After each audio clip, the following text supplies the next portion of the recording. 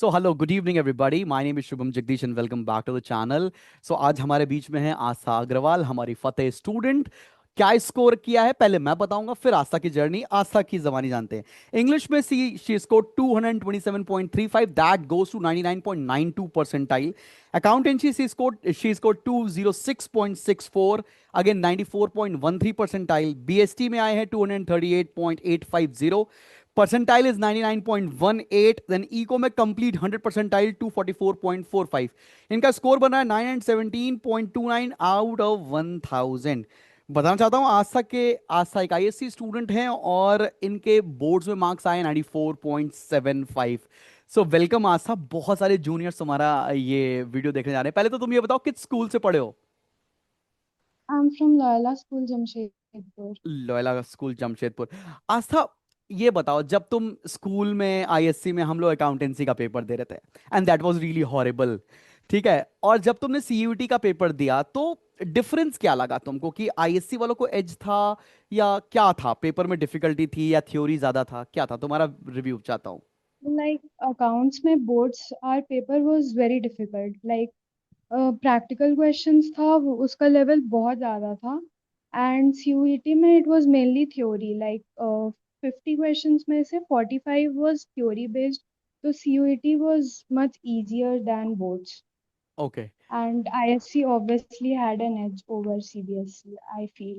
Okay. And Aastha, ये बोलते हैं कि इस साल जो 2025 में रिजल्ट आया है, बहुत सारे बच्चों के मार्क्स ना इंग्लिश में लूज आउट हुए हैं।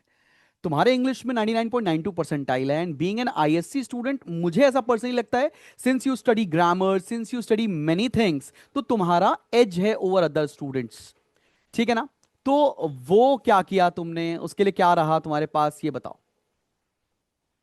So mainly CUET में like इंग्लिश में आई फोकस्ड ऑन वोकेबुलरी मोर क्योंकि लाइक उसका क्वेश्चंस बहुत हार्ड होता है एंड 2025 में तो लाइक ऑल क्वेश्चंस कंपलसरी था हाँ। तो यस वोकैब में I focused I studied like बहुत सारे resources I took and yes grammar also I studied from Fateh batch and like हो गया it was okay. Easy okay. See, बहुत सारे बच्चे जो सीबीएसई में है वो तो ग्रामर पढ़ भी नहीं रहे 11th एंड 12th में, तो उनके लिए तो यस काफी डिफिकल्ट होता है। बट इको में तुम्हारे 100 परसेंटाइल आए and being an ISC student थोड़ा सा डिफिकल्ट होता है इकोनॉमिक्स का पेपर, ठीक है ना? तो going through NCERT is really important, business study again going through NCERT is really really important, because कई बार तुमको कुछ ऐसे भी क्वेश्चंस मिले होंगे जिसमें नाम पूछ लिया होगा डेफिनेशन का, ऐसा कुछ था क्या पेपर में? Yes sir there were two questions in BST जिसमें लाइक डेफिनेशंस होता है बॉक्सेस में एनसीईआरटी में तो करेक्ट। वो डेफिनेशन कौन दिया वो पूछ लिया था तो लाइक मेरा बीएसटी में टू क्वेश्चंस ही गलत हुआ था तो वो वही दोनों था because I didn't study that because okay. It was useless तुम्हारा ड्रीम और एस्पिरेशनल कॉलेज कौन सा है? टॉप 3 बताओ मेरे को, बिकॉज बहुत सारा जूनियर देखने वाला है और उनके लिए भी तुम्हें बताना पड़ेगा कैसे प्रिपेयर करना है, एंड कि बोर्ड एग्जामिनेशन के लिए प्रिपेयर कर रहे हैं तो क्या इवेंचुअली आप सीयूटी के लिए प्रिपेयर कर रहे हैं, इसके ऊपर भी जानना है।